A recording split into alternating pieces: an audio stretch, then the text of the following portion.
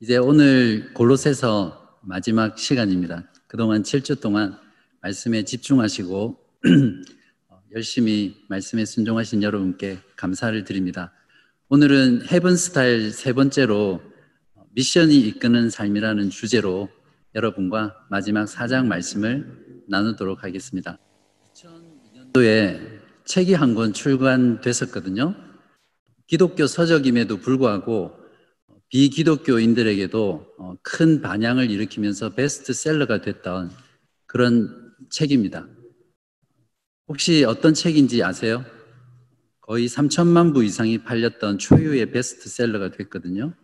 혹시 여러분 아마 주보 아웃라인을 미리 보셨으면 눈치를 채셨을 것 같은데, 새들백 교회의 릭 워렌 목사님이 쓰신 목적이 이끄는 삶이라는 책입니다.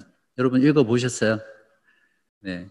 우리나라에서도 2003년도에 번역되자마자 한국 교회에 엄청난 영향을 주고 파장을 일으키면서 그 당시에 목적이 이끄는 40일 새벽 기도라든지 또 40일 영성 훈련이라든지 이런 것들을 하지 않은 교회가 없을 정도로 한국 교회에 큰 영향을 미쳤던 그런 책이었습니다. 저도 그때 다니던 교회에서 목적이 이끄는 40일 새벽 기도를 열심히 참석해서 개근상도 받았었거든요. 제가 이 책을 여러분에게 추천하려고 하는 것은 아닙니다. 왜냐하면 이 책은 책에서 주장하는 내용들이 교리적으로나 신학적으로 또 목회적으로 문제가 많은 책이기 때문입니다. 다만 한 가지 오늘 여러분과 생각해 보길 원하는 것은 전 세계 사람들이 왜 그토록 이 목적이 이끄는 삶이라는 이 책에 열광했을까요? 그건 아마 세상 사람들과 심지어는 크리스찬조차도 삶의 목적과 삶의 방향과 의미를 찾지 못하고 방황하고 있었기 때문일 것입니다. 그러한 때에 목적이 이끄는 삶이라는 그 책은 사람들에게 잘못되고 건전하지 못한 것이었다 할지라도 목적을 주고 삶의 의미와 방향을 주었기 때문에 온 세계 사람들이 이 책에 열광했을 거라고 생각할 수 있습니다. 목적이 없는 삶, 그래서 삶의 의미와 방향이 없는 그런 사람들에게는 인생의 삶이 굉장히 힘들고 어렵습니다. 그렇기 때문에 모든 사람들은 자신의 삶 가운데 자신의 인생을 이끌어가는 무엇을 하나씩 가지고 있습니다. 어떤 사람은 그것이 돈이 될 수도 있고, 어떤 사람에게는 그것이 자녀 교육일 수도 있고, 쾌락일 수도 있고, 세상에서 성공이 될 수도 있습니다. 여러분의 삶을 이끌어가는 것은 무엇입니까? 여러분을 정말 숨쉬게 하고 여러분의 가슴을 뛰게 하며 달려가게 하는 여러분의 인생을 이끌어가는 그 한 가지가 여러분은 무엇이죠? 사도 바울은 골로새서 마지막 장인 4장을 적으면서 골로새 교회 성도들에게 세상 사람들을 향한 복음을 전하는 삶에 대해서 권면하면서 골로새서 4장을 마치고 있습니다. 보통 일반적으로 전도는 내가 살고 있는 곳에서 복음을 전하는 것이고, 선교는 이제 해외에서 복음을 전하는 것을 선교라고 그렇게 생각하잖아요. 그러나 오늘 저는 이 전도와 선교를 미션이라는 단어로 하나로 합해서 이 시간 부르고 또 말씀을 전하도록 하겠습니다. 바라기는 오늘 말씀을 통해서 위의 것을 찾는 삶으로서 미션이 이끄는 삶에 대해서 저와 함께 말씀을 나누고 듣고 또 그러한 삶을 살아가는 여러분 되시기를 바라고요. 여러분의 삶의 목적이 무엇인지, 또 여러분은 어떠한 방향으로 어떠한 의미를 가지고 인생을 살아가는지 한번 돌아보고 여러분의 삶을 재조명하는 그런 시간 되시기를 바랍니다. 자, 이제 그렇다면 미션이 이끄는 삶은 어떻게 살아가는 삶이죠? 세 가지를 오늘 말씀드리도록 하겠습니다. 첫 번째는 기도에 헌신하는 삶이고, 두 번째는 은혜로운 말에 헌신하는 삶, 그리고 마지막 세 번째는 성도의 교제에 헌신하는 삶, 이 세 가지의 내용에 대해서 여러분과 나누도록 하겠습니다. 첫 번째로 미션이 이끄는 삶은 기도에 헌신하는 삶입니다. 2절과 4절을 보십시오. 기도를 계속하고 기도에 감사함으로 깨어 있으라. 또한 우리를 위하여 기도하되 하나님이 전도할 문을 우리에게 열어주사 그리스도의 비밀을 말하게 하시기를 구하노라. 구하라. 내가 이 일 때문에 매임을 당하였노라. 그리하면 내가 마땅히 할 말로써 이 비밀을 나타내리라. 기도에 헌신하며 사는 것을 보다 구체적으로 기도에 감사함으로 깨어 있어라 라고 하는 부분과 복음 사역자와 복음을 듣는 사람들을 위해서 기도하는 일에 헌신하라고 말하고 있습니다. 여기서 기도를 계속하라는 단어를 원어 사전에서 그 해당되는 뜻을 찾아보면 계속해서 기도에 헌신하라 이런 말입니다. 바울은 골로새 교회 성도들에게 자신을 포함한 복음의 사역자와 그 동력자들을 위해서 기도를 해줄 것을 간절히 부탁하고 있습니다. 기도를 부탁하면서 동시에 어떤 기도의 내용으로 기도해야 할지를 말해주고 있는데요. 두 가지를 말하고 있습니다. 하나님께서 먼저 전도의 문을 열어주셔서 그리스도의 비밀의 복음을 말할 수 있게 해달라고 기도하라고 부탁하고 있고요. 또 하나는 복음을 전할 때 꼭 전해야 될 그 복음의 내용을 선명하고 분명하게 전할 수 있게 해달라고 우리를 위해서 기도해 주십시오 하면서 골로새 교회 성도들에게 부탁하고 있습니다. 바울은 왜 자신이 편지한 교회의 성도들에게 이러한 기도 부탁을 할까요? 골로새 교회뿐만 아니라 로마 교회라든지 에베소 교회라든지 모든 교회에 편지를 할 때 사도 바울은 반드시 자신의 복음 사역을 위해서 또 자신이 입을 열어 복음을 잘 전하게 해달라고 기도 부탁을 하고 있거든요. 왜 이런 기도 부탁을 하는 것일까요? 그것은 그리스도의 비밀인 복음은 바로 하나님의 비밀이기 때문입니다. 그러므로 그 비밀을 드러내시는 것은 전적으로 하나님의 주권이고 하나님의 은혜에 달려 있습니다. 그렇기 때문에 모든 전도와 선교의 사역에는 반드시 기도가 선행되어야 되고 또 기도가 동반되어야 합니다. 하나님께서 복음을 전할 수 있는 기회를 열어주셔서 우리가 복음을 전할 수 있는 것이고 또 복음을 전하는 자에게 마땅히 전해야 될 복음의 말씀을 그 입에 주셨기 때문에 복음을 전할 수 있는 것이거든요. 그러한 복음의 선포를 통해서 복음을 듣는 사람은 그리스도의 비밀을 하나님께서 열어주심으로 말미암아 그것을 믿게 됩니다.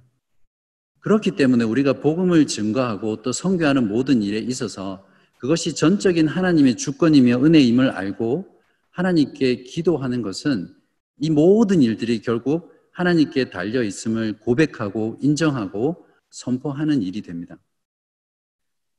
분명 하나님께서는 우리의 기도 없이도 얼마든지 사람을 구원하실 수 있습니다. 그러나 하나님께서는 복음 선포의 사역과 함께 우리의 길을 통해서 죄인을 구원하시기를 기뻐하십니다. 누가복음과 사도행전을 기록한 누가는 하나님께서 예수 그리스도를 통해 자신을 영혼에게 계시할 때 반드시 기도가 있었음을 강조하고 있거든요. 예를 들면 예수님께서 세례를 받고 나오셨을 때 하늘에서 성부 하나님께서 이는 내 사랑하는 아들이라고 하면서 예수 그리스도를 제자들에게 계시하시잖아요. 그때 예수께서 기도하고 계셨습니다. 또한 예수님께서 변화산에서 그 용모가 영광스럽게 변했을 때도 예수님은 기도하고 계셨습니다. 또한 오순절에 성령이 강림하실 때도 마가의 다락방에 제자들이 모여서 오로지 기도에 힘쓸 때 성령께서 임하셨거든요. 저자인 누가는 자신의 복음서와 사도행전을 통해서 하나님께서 자신을 계시할 때는 항상 기도가 있었음을 강조하고 있습니다. 그래서 우리가 이러한 부분들을 놓치지 말아야 합니다. 데이비드 햄 목사님이 계신데요. 그분은 1:1 성경 읽기라는 책에서 전도에 있어서 기도가 얼마나 중요한지를 이렇게 강조하고 있습니다. 만일 여러분이 누군가 진정으로 예수 그리스도를 믿는 것을 보시기 원한다면 먼저 기도를 하십시오. 그리고 복음을 통해 이미 하나님께서 자신을 드러내시려고 하나님께서 찾고 계신 사람에게로 여러분을 인도하게 해달라고 기도하십시오. 한 영혼이 흑암에서 건짐을 받고 빛의 나라, 그리스도의 나라, 하나님의 아들의 나라로 옮겨지는 일은 영적인 일이고 사탄과의 영적인 전쟁입니다. 그래서 그러한 전쟁 가운데 반드시 기도가 있어야 하는 것이죠. 한 영혼이 복음을 듣고 그 사람이 구원을 받았다면 이미 그 영혼의 구원을 위해서 누군가 또는 수많은 사람이 눈물의 기도에 씨앗을 뿌렸고요. 그러한 기도가 축적되어 있다가 그 기도가 열매를 맺었을 때 하나님께서 그 영혼을 구원하는 것입니다. 그렇기 때문에 기도 없는 전도, 기도 없는 선교는 있을 수가 없는 것이죠.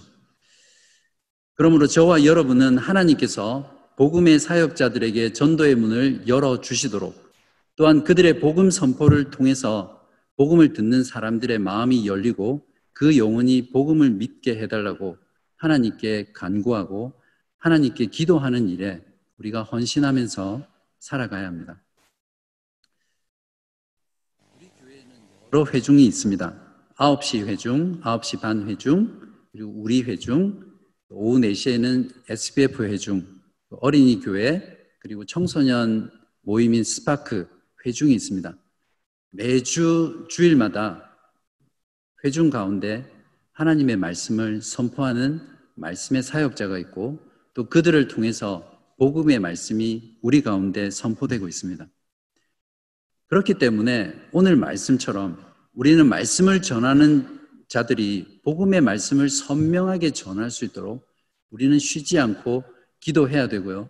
그 말씀을 듣는 회중들에게 하나님께서 복음의 문을 열어주셔서 그 복음에 반응할 수 있도록 하나님께서 그들 영혼 가운데 하나님 자신을 계시하게 해달라고 쉬지 않고 기도하며 헌신하는 삶을 살아야 합니다.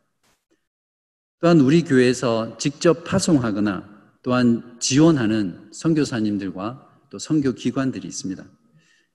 그들의 복음 사역을 위해서 우리 회중이 모일 때마다 또 여러분 각자의 삶 가운데 기도하고 또 그분들의 사역과 그분들의 복음의 선포를 위해서 기도하는 것이 얼마나 중요한지 모르겠습니다.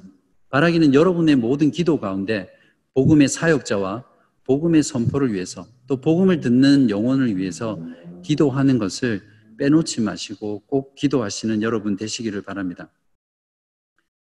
여러분의 가족 안에도 또 여러분의 지인들 또 여러분의 가족과 친척 또 일터에서 만나는 많은 사람들 가운데 여러분들이 정말 복음을 전하고 또 그들이 예수 그리스도를 믿기를 원하는 사람들이 많이 계실 겁니다.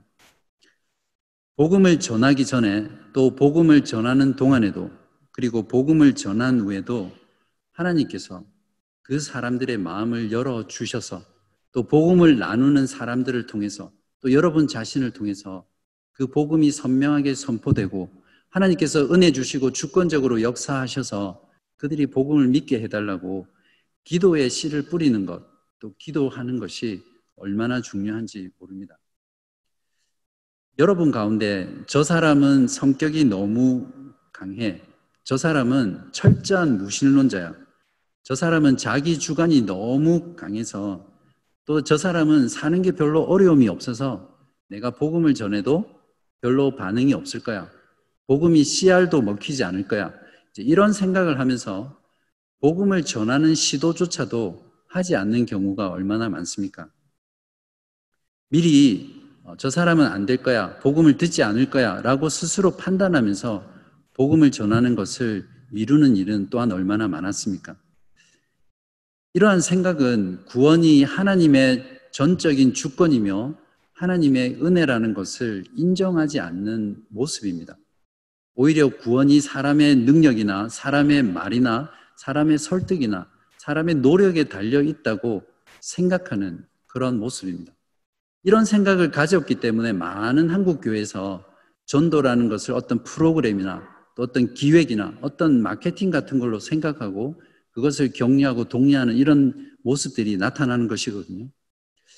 이러한 모든 판단을 뒤로 하고 예수 그리스도를 진정으로 믿기 원하는 사람들이 여러분 주변에 있다면 포기하지 마시고 주저하지 마시고 중단하지 마시고 먼저 그 영혼을 위해 여러분의 땀과 여러분의 기도의 눈물을 뿌리시기 바랍니다. 그러한 기도들을 통해서 하나님께서 그 영혼 가운데 생명의 역사를 일으키실 것이라고 믿습니다. 이처럼 기도의 감사함으로 깨어서 복음 사역자들과 복음 사역을 위해 기도하는 일에 우리가 헌신하며 살아갈 때 저와 여러분은 전 인생을 통해서 미션이 이끄는 그러한 삶을 살아갈 수 있을 것입니다. 두 번째로 미션이 이끄는 삶은 세상 사람들에게 전도의 기회를 얻기 위해서 세상 사람들에게 하는 모든 말을 항상 은혜롭게 하는 일에 헌신함으로써 미션이 이끄는 삶을 살아갈 수 있습니다. 사도 바울은 이제 자신의 미션을 위한 기도를 부탁한 후에 골로새 교회 성도들에게 너희들이 살아가는 그 세상 가운데서 세상 사람들에게 어떻게 복음을 전하며 살아야 할 것인지를 권면하고 있거든요. 5절과 6절을 한번 보십시오. 외인에게 대해서는 지혜로 행하여 세월을 아끼라. 너희 말을 항상 은혜 가운데서 소금으로 맛을 낸과 같이 하라. 그리하면 각 사람에게 마땅히 대답할 것을 알리라. 세월을 아끼며 지혜롭게 행하라고 말하면서 이러한 지혜롭게 행하는 것을 말하는 것과 연결시키고 있고요. 또한 이 말을 전도하는 삶에 연결을 시키면서 권면하고 있습니다. 여기서 너희 말을 항상 은혜 가운데서 소금으로 맛을 내듯 하라라는 이 말은 무슨 의미일까요? 여러분들이 세워주기 그룹에서 아마 토론을 했을 것 같은데 요즘은 유튜브에 보면 워낙 요리에 대한 좋은 영상들이 많죠. 그래서 누구든지 지금은 그 영상을 보고 따라하면 맛있는 요리를 할 수 있는 그런 시대가 됐습니다. 여러분 중에도 따라 해보신 분이 많이 있을 거라고 생각하는데 근데 따라 해보면 영상에서 보는 것처럼 그런 맛이 나던가요? 그 이유는 아마 저는 그렇게 생각합니다. 간을 잘 못 맞췄기 때문에 그럴 거라고 생각합니다. 소금은 음식의 맛을 완성하는 데 있어서 결정적인 역할을 합니다.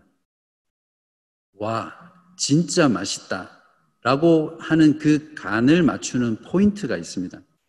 요리를 잘하는 사람은 이 지점, 싱겁지도 않고 또 짜지도 않고 딱 맞는 그 간이 딱 맞는 그 지점을 정확하게 알거든요. 그것이 아마추어와 프로의 차이겠죠. 소금으로 맛을 내듯 은혜 가운데서 말하라고 하는 것은 이처럼 경우에 딱 맞는 말, 듣는 사람의 마음을 유쾌하고 흥미롭게 하고 또한 유익하게 하는 그런 말이라고 할 수 있습니다. 하나님의 은혜를 받은 자, 아무것도 한 것 없이 값없이 예수 그리스도의 그 중보의 사역을 통해서 구원을 얻은 자, 다시 하나님을 아버지라고 부르며 영원한 생명을 가지게 된 그런 은혜 받은 자가 감사의 마음에서 터져 나오는 그런 말들이 바로 은혜로운 말이라고 할 수 있습니다. 잠언에서도 경우에 합당한 말에 대해 이렇게 말합니다. 잠언 25장 11절 경우에 합당한 말은 아로새긴 은쟁반에 금사관이라. 전도서 10장 12절에는 지혜자의 입의 말들은 은혜로우나 우매자의 입술들은 자기를 삼키나니. 여기서 전도서의 기자는 말을 은혜롭게 하는 것이 지혜롭게 행하는 것이라고 우리들에게 말해줍니다. 예수님께서는 언제나 은혜로운 말을 사람들에게 함으로써 사람들에게 칭찬을 받았고 사람들을 놀라게 했습니다.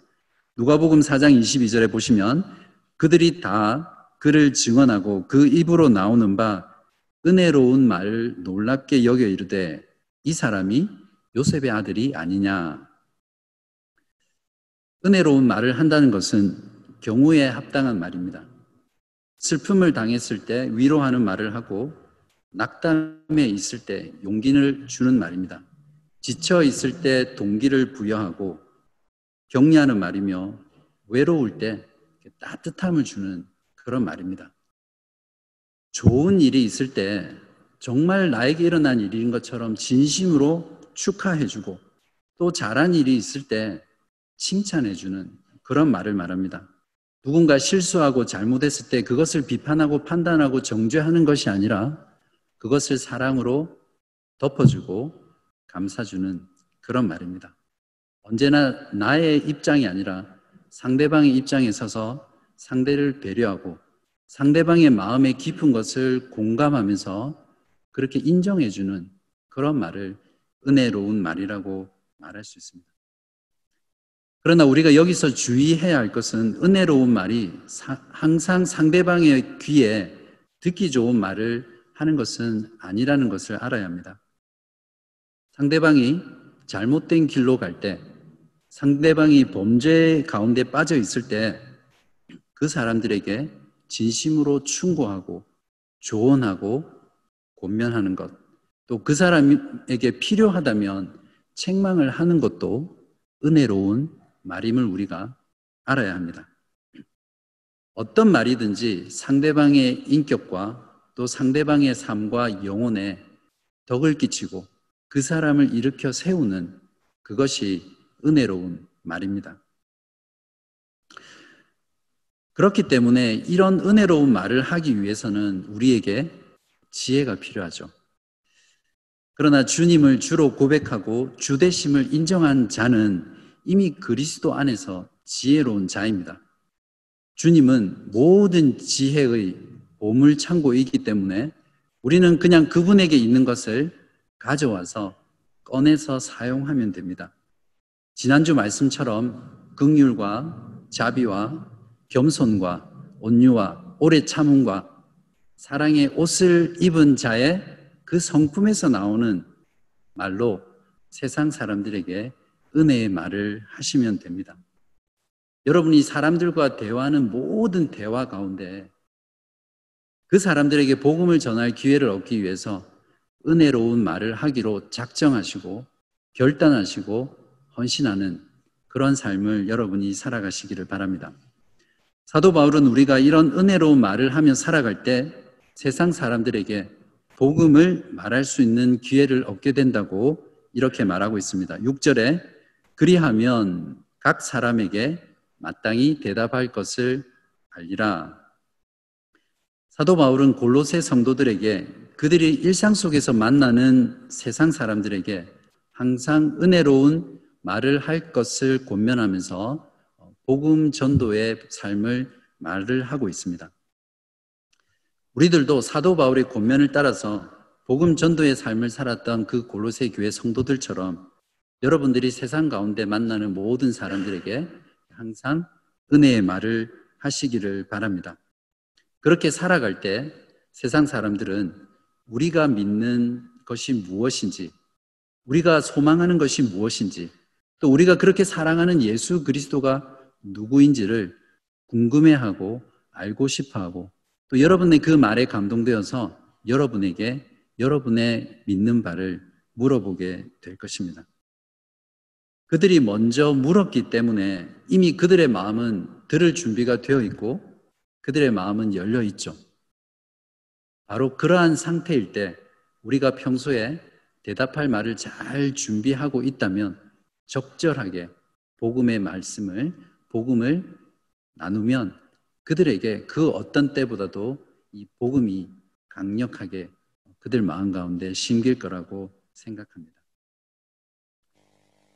그렇기 때문에 평소에 우리가 복음에 대해서 물어볼 때 잘 대답하기 위해서 훈련과 또 공부를 통해서 늘 준비하는 삶이 우리들에게 필요하겠죠. 탁월한 목회자이며 설교자인 딕 루카스라는 분이 계십니다. 그분이 골로새서 주석에서 이러한 전도를 반응형 전도라고 그렇게 표현했습니다.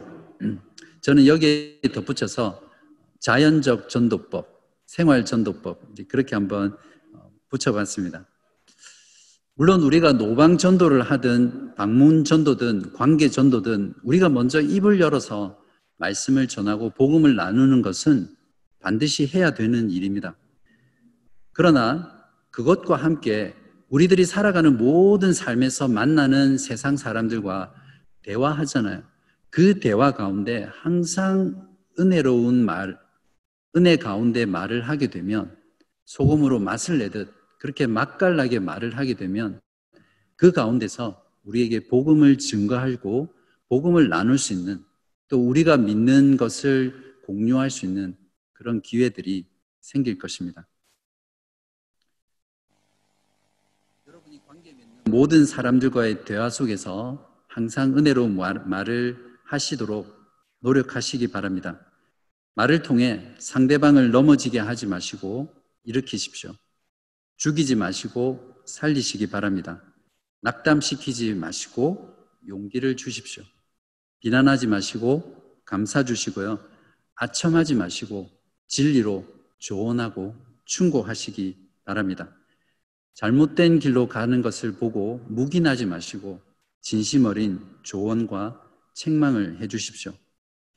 여러분이 아무리 옳다고 하더라도 세상 사람들과 논쟁해서 이기려고 하지 마십시오. 이렇게 보면 항상 지지 않으려고 논쟁해서 이기는 사람이 있는데, 그렇게 이기면 오히려 복음을 전할 기회를 잃어버리는 것입니다. 오히려 져주고 인정해주는 그런 여러분 되시기를 바랍니다. 은혜로운 말을 통해 세상 사람들의 마음을 감동시키고 웃음 짓게 만들고 따뜻하게 만드시기 바랍니다. 그래서 여러분과 만나면 세상 사람들이 비록 믿는 것은 다르지만 왠지 이 사람하고 만나면 대화하는 것이 즐겁고 기분이 좋고 왠지 마음이 따뜻해지고 위로받고 격려받고, 그래서 또 만나고 싶다, 자꾸 만나고 싶다, 그런 사람이 여러분 되시기 바랍니다.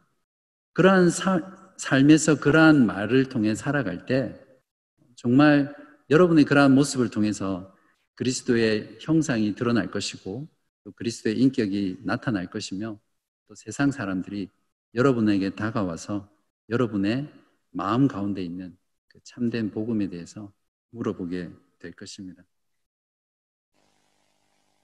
이처럼 우리들이 세상 가운데 살면서 만나는 모든 사람들에게 항상 은혜로운 말을 하는 일에 헌신하며 살아갈 때 그러한 삶이 우리들을 미션으로 이끄는 삶으로 인도해 줍니다. 마지막 세 번째로 미션이 이끄는 삶은 성도의 교제에 헌신하며 살아가는 것입니다. 사도신경의 고백의 내용에 보면 거룩한 보편적 교회와 그다음 무엇이 있습니까? 붙어 있는데 성도의 교제를 믿습니다 라는 고백의 내용이 있습니다. 이것은 한 지역 교회를 넘어서 이 지상 가운데 있는 모든 교회가 그리스도 안에서 연합되어 있음을 고백하는 내용이거든요.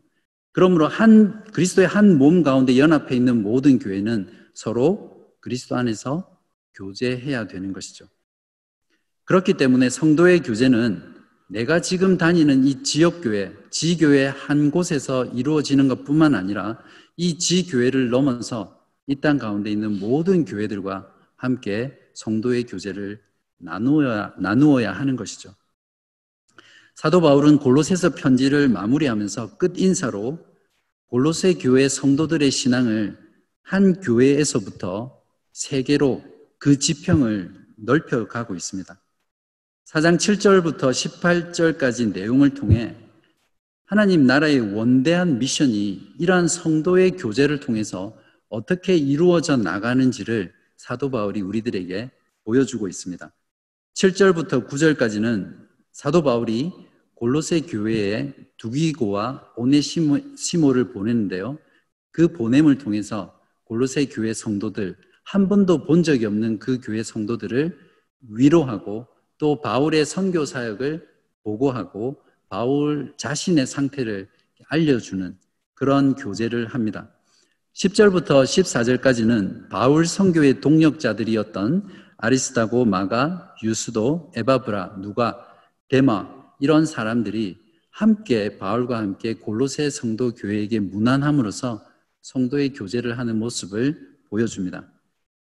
그리고 끝으로 15절부터 17절에는 바울이 이제는 골로새 교회 성도들에게 너희 주변에 있는 다른 교회, 다른 가정교회, 또 라오디게아에 있는 다른 교회에다가 문안하고 또 편지를 서로 주고받으면서 서로 읽도록 하라라고 권면하면서 성도의 교제를 권면하고 있습니다.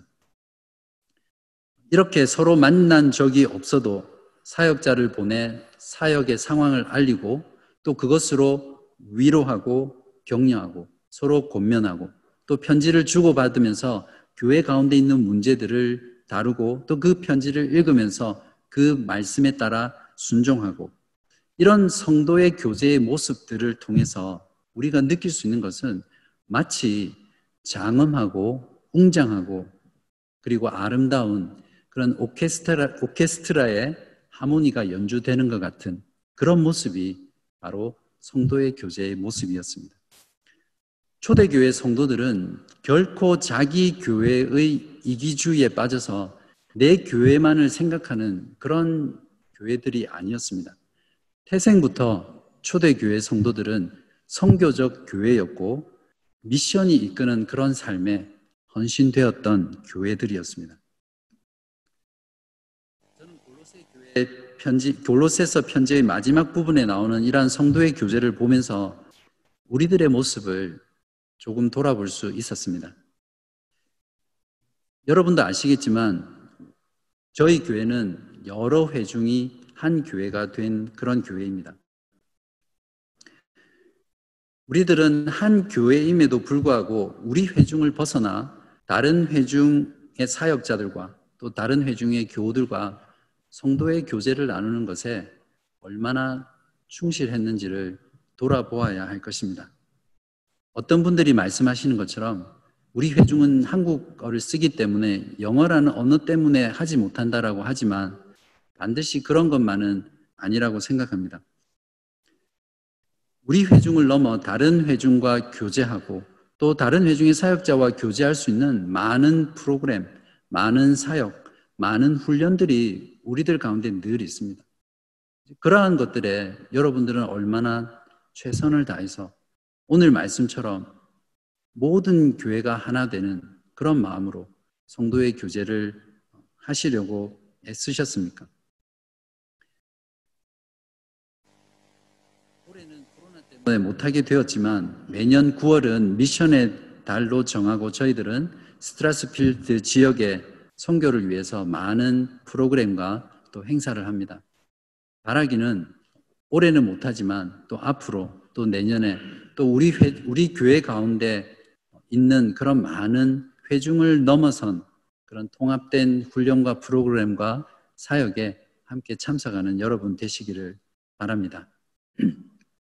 또한 우리 교회에서 지원하고 파송한 협력 선교사들이 여러 분 계십니다. 대만에서 선교하시는 샘과 센센 선교사님, 인도네시아에서 선교하시는 닉과 레베카 선교사 부부, 일본에서 선교하시는 켈리 니콜라스 선교사님, 우리 교회에서 직접 파송하지는 않았지만 우리 교회에 2년 동안 전도사로 계시다가 뉴질랜드에서 사역하시는 룩과 나오미 선교사님 부부, 또한 몇 년 전에 또 저하고 함께 2년 동안 또 전도사님으로 계셨던 우리 정근무 전도사님, 지금은 시티에서 직장인 선교를 위해서 사역하시죠. 그러한 직접적으로 간접적으로 우리 교회와 관련된 선교사들, 또 선교의 사역을 감당하는 사역자들, 그런 분들과 우리가 교제하는 것이 얼마나 중요한 것인지 모르겠습니다.